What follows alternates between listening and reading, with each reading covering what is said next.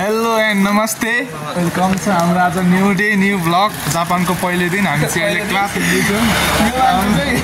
यो मान्छे चाहिँ एकदम चिन्ता गरिरहेछ छोराछोरी खेलाउने छोराछोरी पढाउने आफै कख पढ्न हिँडेछ तर दोस्त किप इट अप तिमी भनेको एउटा ब्रेभ नेपाली हो तिम्रो साथी छ साथमा तिमी त गोर्खाली हो वीर गोर्खाली यहाँको माहौल चाहिँ यस्तो छ जापानको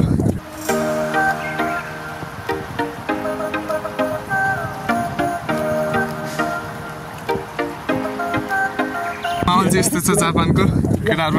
तिमीहरूको आज पहिलो दिन होइन तिमीहरूको नि सबैको टोपी लगाइदियो क्या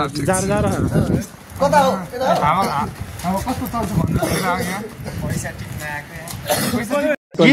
के बोले भाइ के बोले के जथाभावी बोले रुखै छैन रुक्स भने यहाँनिर यस्तो छ यहाँको गाडीहरू चाहिँ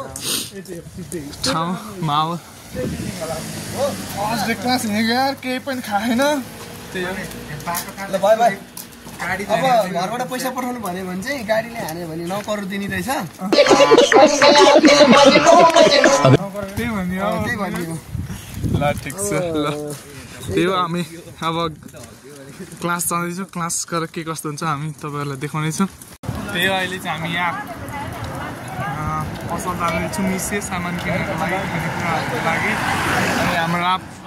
साथीहरू छन् आज सबैले पहिलो डे क्लास चाहिँ भएन कार्डहरू बनाएर यहाँनिर अहिले हामी चाहिँ सामान किन्न जाँदैछौँ होइन त्यही हो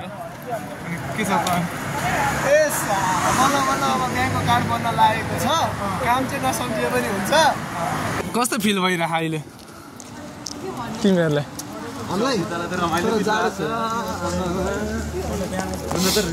यस्तो छ यहाँको माहौलहरू चाहिँ जापानको कहाँ पहिला सूर्यपुरको झर्दा त वाउ जस्तो लागेको थियो अहिले हेर त गाउँ काम आफ्नै गाउँ जस्तो डाँडा काँडा छ डाँडै डाँडा यो चाहिँ जापान कहाँ हामी कहिले छ नि यस्तो कहाँ त्यही हो अब यस्तै छ दुःख गरिन्छ त्यही हो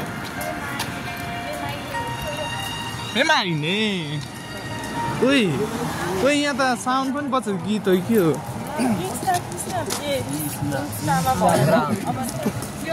माजी के छ यस्तो कार कहिले हुनु हाम्रो है माछा मार है पछाडी गएर हाम्रो पछाडी उच्च नदी छ नदीमा माछी मार है ओइ माजी उ त्यो हाम्रो त रुम उतापट्टि छ क्या खोला छ माछा मार न गरे त्यो चाकामा ओ चुरीमा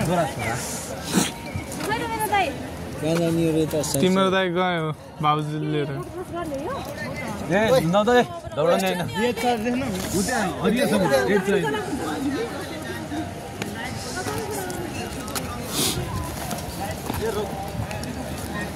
के हो यस्तो यो लाइट पनि थानै छैन पहिलो दिन साली घर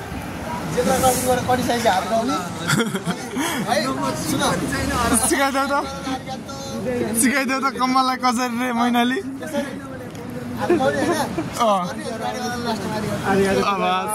तिमीले जे होस् त्यति चाहिँ सिकेर आउँछ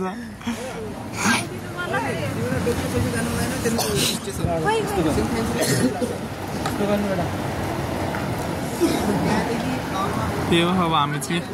पसल जान लाग्दैछौँ